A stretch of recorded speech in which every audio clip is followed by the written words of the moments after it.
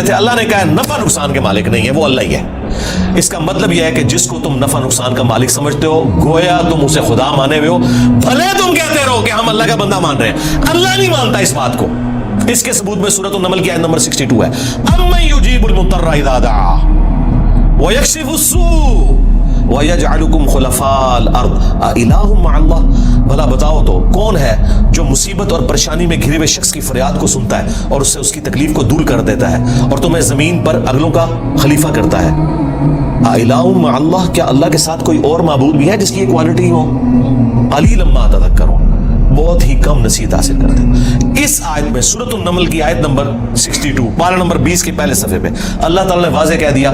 کہ جس کے بارے میں تمہارا یہ عقیدہ نا کہ تمہیں مصیبت اور پریشانی میں تمہاری تکلیف دور کر سکتا ہے، دعا میں تم اسے پکارو گویا تم نے اسے خدا مان لیا۔ وہ اگلے دن وہ پاپا جانی کہہ رہے تھے کہ ڈسپرین کی گولی اگر مشکل کشا ہے تو شیخ عبد القادر جیلانی نہیں، سرکار ڈسپرین کی گولی جب ہم کھاتے ہیں تو سر درد دور ہوتا ہے، عبد القادر جیلانی نو چٹ کے بھی ویکھ لو تھوڑا سر درد نہیں دور ہونا۔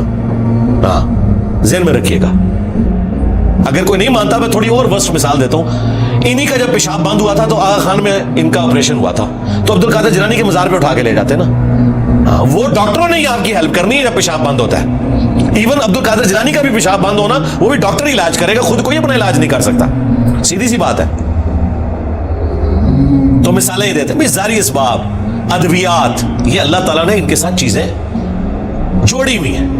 تو میں نے ان کو اگلی مثال دی ہے کہ ویل مچھلی 1.5 گھنٹے تک اپنا سانس روک سکتی ہے، لے آؤ سارے بابے 1.5 گھنٹے ایسے سمندر ہی سٹیں گے انہوں نے۔ ظاہر ہے یہ کہتے ہیں نا کہ بزرگان دین جو ہے وہ مطلب یہ انگریزوں سے بھی بہتر ہے تو جانوروں سے بھی بہتر ہو گئے، یا منو کہ تھوڑے سارے بابے ویل مچھلی تو بدتر نے، اڑنے کا نہیں کہہ رہے، اڑتے نہیں سکتے ہو، چلو ایسا روکا گے نا جان تے چھوٹے نا، 1.5 گھنٹے ایسے سمندر ہی سٹیں گے ایڈا وڈا وٹا بن کے تاکہ باہر بھی نہ نکل سکٹ، 1.5 گھنٹے بعد کٹ لیں گے، چلو 5 منٹ پہلے میں کر لاں گا انشاءاللہ احتیاطاً، جسے زور احتیاطی پڑھ دینے نا ہے، میں بھی احتیاطاً 5 منٹ پہلے ایک بار کٹ لوں گا، لیکن کوئی روک کے دسے منو کچھ بھی نہیں ہو سکتا میرے بھائی، یہ سب کے سب جھوٹ ہے جو انہوں نے مشہور کیا۔ اللہ تعالیٰ فرما رہا ہے نبی ان سے فرماؤ تم پھر بھی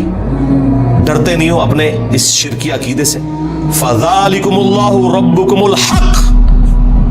تو یہ ہے اللہ تمہارا حقیقی رب جو الحق ہے تمہارا پالنے والا۔ فَمَاذَا بَعْدَ الْحَقِّ إِلَّا الضَّلَالُ، تو بتاؤ حق کے بعد گمراہی کے سوا کیا بچتا ہے؟ یعنی یہ 2 ہی آپشن ہو سکتے ہیں، اگر اللہ حق ہے باقی سب باطل ہے، پھر اللہ کے مقابلے پر اگر آ جائے اس میں ان ہستیوں کا قصور نہیں ہے، ذہن میں رکھیے گا۔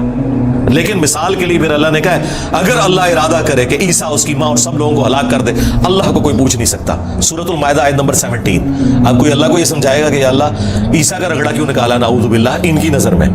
نہیں بھائی، جب توحید اسٹیبلش کرنی ہے تو وہ ہمارے استاد مولانا ساق صاحب کہتے تھے اور جدو توحید بیان کریں گے تو نبیوں کی گستاخی آپ ہی ہو جائے گی، یہ ہو نہیں سکتا کہ ایسی توحید بیان کریے اور گستاخی نہ ہوئے، کیونکہ گستاخی آپ کہہ رہے ہیں، وہ گستاخی ہے نہیں ہے، نبی نہیں سے گستاخی مانیں گے۔ اللہ تعالیٰ نے سورہ نساء میں فرمایا ہے عیسیٰ ابن مریم کبھی یہ اور محسوس نہیں کریں گے اور نہ کوئی مقرب فرشتہ کہ اسے اللہ کا بندہ کہا جائے۔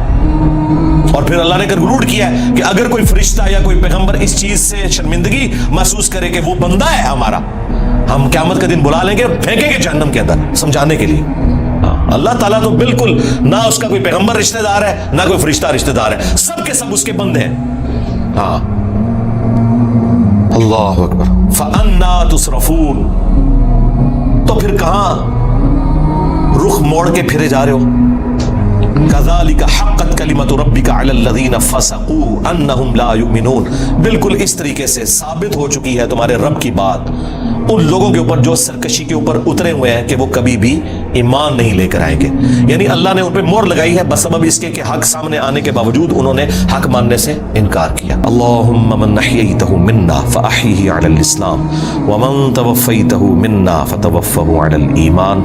سبحانک اللہم وبحمدک اشہد ان لا الہ الا انت استغفرک واتوب الیک وما علینا الا البلاغ المبین۔ جزاکم اللہ خیرہ۔